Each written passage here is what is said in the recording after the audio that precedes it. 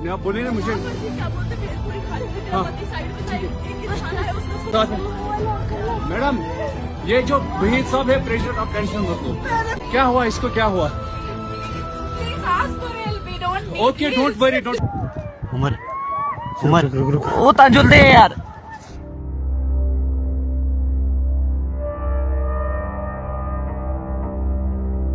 ಜಮ್ಮು ಮತ್ತು ಕಾಶ್ಮೀರ ಪಹಲ್ಗಾಮ್ದಲ್ಲಿ ಉಗ್ರರ ಗುಂಡಿನ ದಾಳಿಗೆ ನಮ್ಮ ರಾಜ್ಯದ 3 ಬಲಿಯಾಗಿದ್ದಾರೆ. 45ಕ್ಕೂ ಅಧಿಕ ಕನ್ನಡಿಗರು ಅಪಾಯದಲ್ಲಿ ಸಿಲುಕಿದ್ದರು. ಅವರೆಲ್ಲರೂ ತಾಯ್ನಾಡಿಗೆ ಸುರಕ್ಷಿತವಾಗಿ ಮರಳಿದ್ದಾರೆ.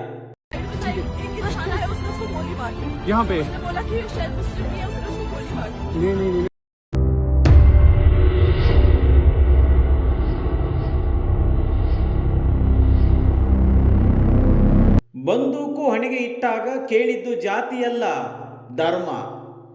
ಧರ್ಮಾಂಧದಲ್ಲಿ ಮುಳುಗಿದ್ದ ರಾಕ್ಷಸರು ರಕ್ತ ದೋಕಳಿ ಹರಿಸಿದ್ದಾರೆ. ಧರ್ಮಕ್ಕಿಂತ ದೊಡ್ಡದು ಮನುಷ್ಯತ್ವ ಎನ್ನುವುದನ್ನೇ ಮರೆತ ಮತಾಂಧದ ಮದ ಏರಿಸಿಕೊಂಡ ಮತಿಹೀನರು. अरे नहीं नहीं नहीं नहीं, हम लोग, अरे हम लोग फौज हैं, हम लोग बैठो बैठो, हम लोग फौज हैं, बैठो बैठो चलो।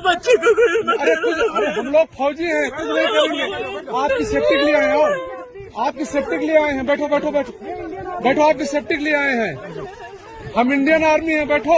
ये इंडियन आर्मी आप लोग कहाँ? ಕಾಶ್ಮೀರದಲ್ಲಿ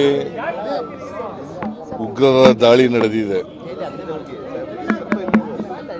ನಾನು ಈ ಉಗ್ರರ ದಾಳಿಯನ್ನು ಬಹಳ ತೀವ್ರವಾಗಿ ಖಂಡಿಸ್ತೇನೆ. ಕರ್ನಾಟಕದ ಪ್ರವಾಸಿಗರು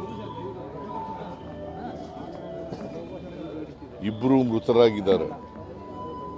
ಒಬ್ಬರು ಮಂಜುನಾಥ್ ಅಂತ, ಇನ್ನೊಬ್ಬರು ಭರತ್ ಭೂಷಣ್ ಅಂತ.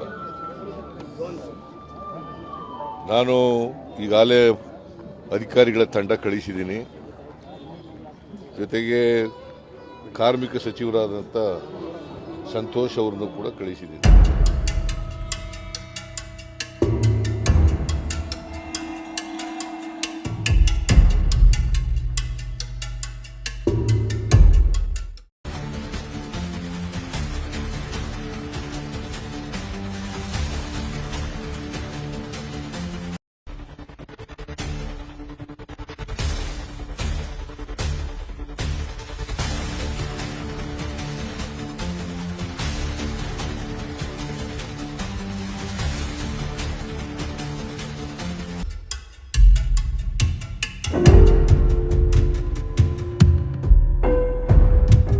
ಜಾತಿ ಧರ್ಮ ಪಕ್ಕಕ್ಕಿಟ್ಟು ಮೊದಲು ಭಾರತೀಯರಾಗಿ ಮಾತನಾಡಿ.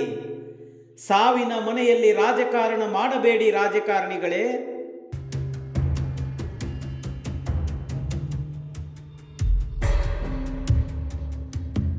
ದೇಶದ್ರೋಹಿಗಳು ದೇಶದೊಳಗೆ ಇದ್ದಾರೆ ಕಣ್ರಿ.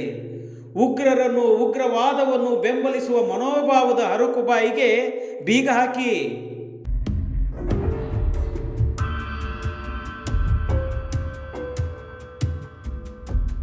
ಇಲ್ಲಿಯ ಮುಸ್ಲಿಮರಿಗೆ ಅನ್ಯಾಯ ಆಗಿದೆಯಂತೆ, ಅದಕ್ಕೆ ಅಲ್ಲಿ ದಾಳಿಯಾಗಿದೆಯಂತೆ.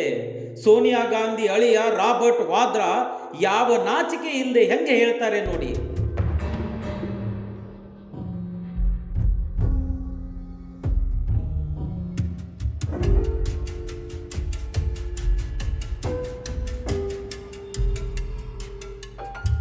ಇನ್ನು ನಮ್ಮ ರಾಜ್ಯದ ಶಾಸಕ ರಮೇಶ್ ಬಂಡಿ ಸಿದ್ದೇಗೌಡ ಹೇಳ್ತಾನೆ, ಆರ್ಟಿಕಲ್ 370 ತೆಗೆದಿದ್ದಕ್ಕೆ ಈ ದಾಳಿ ಆಗಿದೆಯಂತೆ.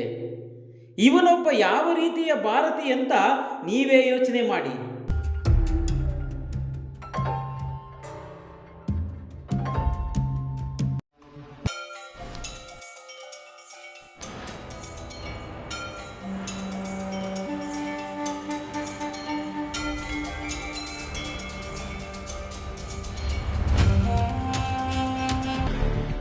ಇನ್ನು ಬುದ್ಧಿಜೀವಿಗಳು ಬಿಲದಿಂದ ಆಚೆ ಬಂದಿಲ್ಲ.